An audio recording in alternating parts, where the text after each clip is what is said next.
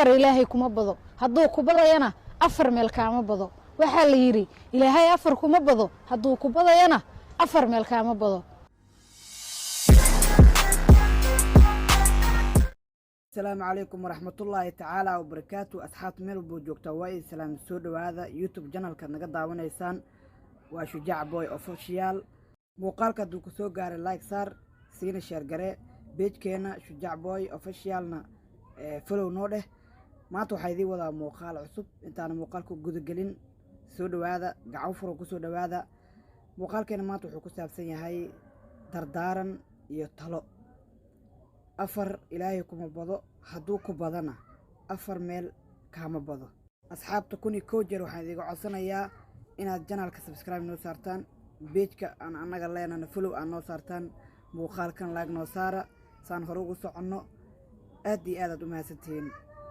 afar ilaahay kuma bado hadduu ku badayana afar meel kaama bado waxaa la yiri ilaahay afar kuma bado hadduu ku badayana afar meel kaama bado.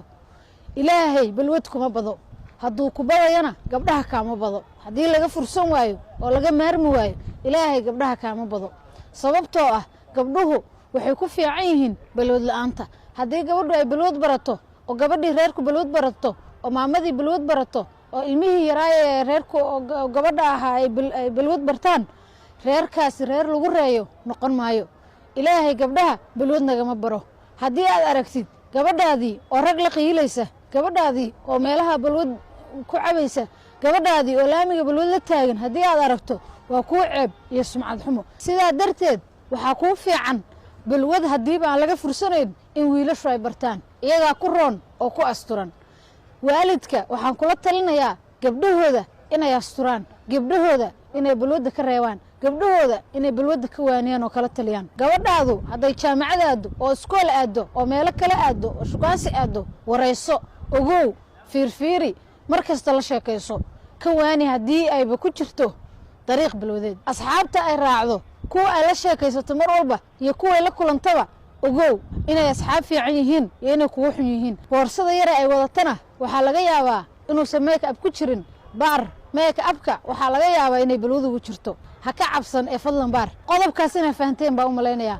qodobka labaad ilaahay doqonnimo kuma bado hadduu ku badayana corodka reerka kaama bado. waxaa la yiri ilaahay doqonnimo kuma bado hadduu ku badayana corodka reerka kaama bado. sida aynu ognahay cidda wiilka ugu soo horeeya ee ugu hor dhasha ee marka ugu horeeya la dhalo waa qofka laga sugayo aayaha reerka, waa qofka ugu horeeya ee labada qof ee lamaanaha ah ay fiirsadaan, waa qofka ugu horeeya ee ilmaha kale oo dhan looga farxad badan yahay. badanaana waa qofka ciidanka laga sugo, waa qofka kaliya ee marka ugu horeysa reerka u dhaqdhaqaaqo.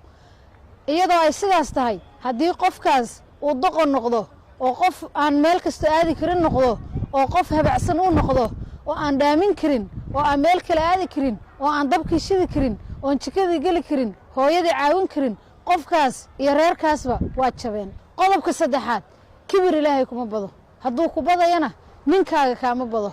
haddii ninkaagu uu noqdo nin kibir badan oo maxay maanta oo dhan kula diriraya naayaa maanaa saa ay dhihi kartaa, maanaa saa siila hadlaysaa, maanaa waxaas weydiinaysaa, maanaa hadduu badiyo oo maanta oo dhan waxaas ku weydiiyo ma fiicna. sidaa darteed haddaad aragtid nin kibir badan oo santaag badan oo hablaha la tirsanaya ka ducayso ilaahayna kuma bado annaguna waa kaaga ducaynaynaa.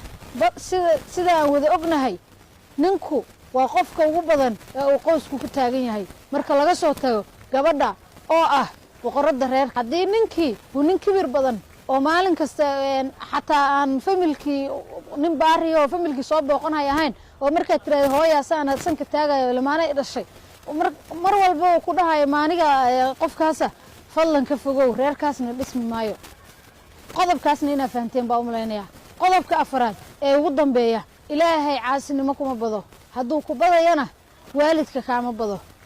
soomaalidu waxay taqaanaa ama adduunkaba walad caasiya oo laga boqo oo laga ducaysto, laakiin waxaa jira waalid caasiya. tusaale ahaan haddii waalidku uu noqdo mid aan ilmihii u naxayn oo u naxariisanayn oo maantoo dhan habaaraya oo maalin walba ilmihii ay darxumo dareemayaan oo qaar darbiyada jiifaan, qaar balwada yeesheen, qaarka soo haroo fiicanna uu xabsi ugu hanjabayo reerkaas iyo waalidkaasba waa go'een. sidaa darteed waxaa ku ducaysanaynaa waalidiintu inay noo fiicnaadaan ilaahayna waalid caasiya nama bado guud ahaan mahmaahyadii aawaday ee ahayd afar ilaahay kuma bado halkaasaa ku soo koobaya haddii muuqaalku uu ku soo gaaro waa mahadsan tahay wasalaamu calaykum